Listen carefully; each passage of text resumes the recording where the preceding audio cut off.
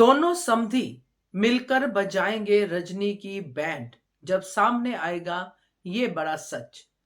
हाथ जोड़कर माफी मांगेगा अनुपमा से पराग कोठारी। नमस्कार दोस्तों, स्वागत है आपका आपके अपने चैनल हंग्री स्पिरिट्स में। हंग्री स्पिरिट्स देख रहे सारे दर्शकों का मैं अंजू शर्मा दिल से स्वागत करती हूं। तो सच को सामने आने में अब देर नहीं है।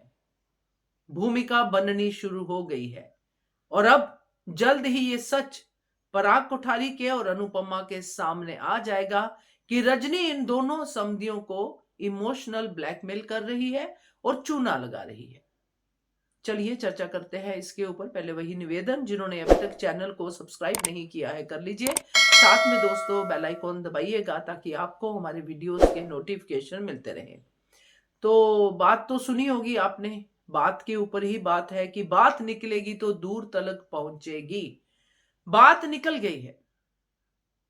रजनी ने पराग कोठारी को कहा किसी को अभी कुछ नहीं बताना है, मगर पराग कोठारी अपनी खुशी को संभाल नहीं पाया। उसका मन बार बार अनुपमा को थैंक यू कहने के लिए कर रहा है, मगर करे क्या, रजनी ने मना कर दिया। अब रजनी ने क्यों मना किया ये तो पराग कोठारी को पता नहीं है कि अनुपमा से उसने साइन धोखे से करवाए हैं। अनुपमा ने विलिंगली साइन नहीं किए हैं, ना ही उसको ये पता है कि ये क्या हो रहा है। बिल्डिंग बन रही है ये तो उसको बिल्कुल दूर दूर तक पता ही नहीं है। रजनी के उस चुप रहने वाले डायलॉग के बाद पराग कोठारी नहीं चाहता कि कोई भी बात जो है अनुपमा तक पहुंचे, क्योंकि रजनी ने ओवर कॉन्फिडेंस दिखाया है कि किसी को नहीं पता चलना चाहिए। जब तक प्रोजेक्ट शुरू नहीं हो जाता, जब तक चौल ढह नहीं जाती, तब तक किसी को पता नहीं चलना चाहिए। ये रजनी का अपना जो है तरीका, और इसलिए उसने पुराने प्यार को वापस से उसी ढंग से ट्रीट किया है। यानी कि मेरी बात मानो, तुम्हारी प्रॉब्लम क्या है, तुम एक औरत की बात नहीं मानते, कभी तो विश्वास करो, ये वाले डायलॉग बोल के पराग कोठारी को चुप करवा दिया। मगर अब पराग कोठारी की वाइफ भी है, उसकी मां भी है, और खुशी खुशी में उसने ये बात कह दी, क्योंकि उसको ये लग रहा है कि गोद भराई में बुलाओ अनुपमा जी को, क्योंकि अनुपमा जी ने हमारा बहुत बड़ा काम आसान कर दिया है।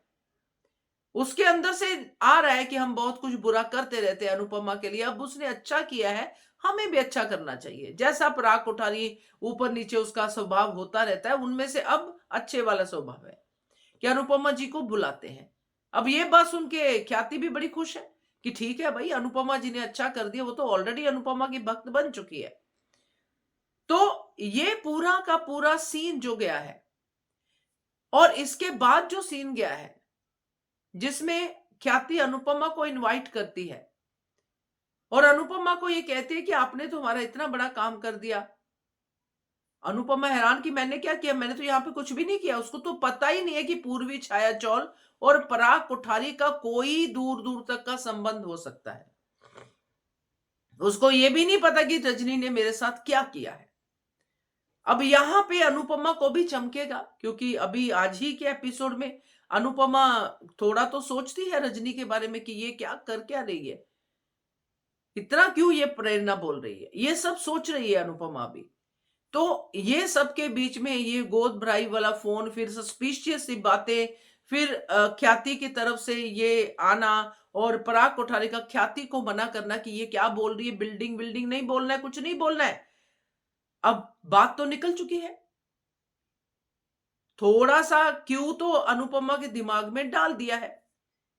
अब ये जल्द सामने आ भी जाएगा, क्योंकि जैसे ही अनुपमा अहमदाबाद पहुंचेगी, जैसे हमने कल की वीडियो में कहा, तो बुलडोजर वहां पहुंच जाएंगे पूर्वी छाया चौल में। फिर आगे वही होगा जो सुंदरा कोठारी ने कहा है कि अनुपमा जी लेट जाएंगी बुलडोजर के आगे, वगैरह वगैरह। तो पूर्वी छाया चौल टूटेगी तो नहीं। अनुपमा के होते अगर पूर्वी छाया चौल टूटती है तो फिर क्या ही कहना, क्योंकि यहां पे जो ये वाला पूरा का पूरा चंक आएगा जिसमें कि पता चलेगा पराग कोठारी को कि रजनी ने मुझे भी धोखा दिया है और अनुपमा जी को भी धोखा दिया है। यहीं पे पराग कोठारी रजनी को चार बातें तो सुनाएगा ही सुनाएगा, अनुपमा से हाथ जोड़ के माफी भी मांगेगा कि फिर से हमारी वजह से आपकी जो है बेइज्जती हुई है। क्योंकि बेइज्जती तो अनुपमा की करेंगे चौल वाले, क्योंकि वो तो आ जाते हैं अपने मूड में। तो ये पूरा का पूरा जो रजनी का जाल है, वो अब टूटने वाला है, कटने वाला है। प्रेरणा तो अपने एफर्ट्स कर ही रही है। आज उसने राही को भी बोल दिया है, वो तो कर ही रही है।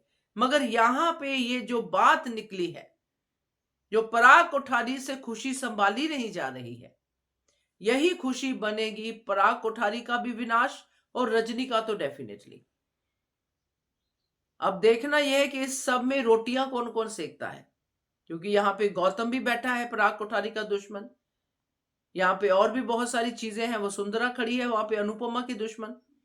अब ये दो संबंधियों के बारे में जो रजनी आज फोरकास्ट कर रही है कि इनको आपस में इस बात पे एक राय नहीं होने देना, यानी कि इन दोनों को आपस में ये बात नहीं करने देनी है। मगर बात तो निकल गई है, बात निकली है तो भाई जगह पे तो आएगी ही।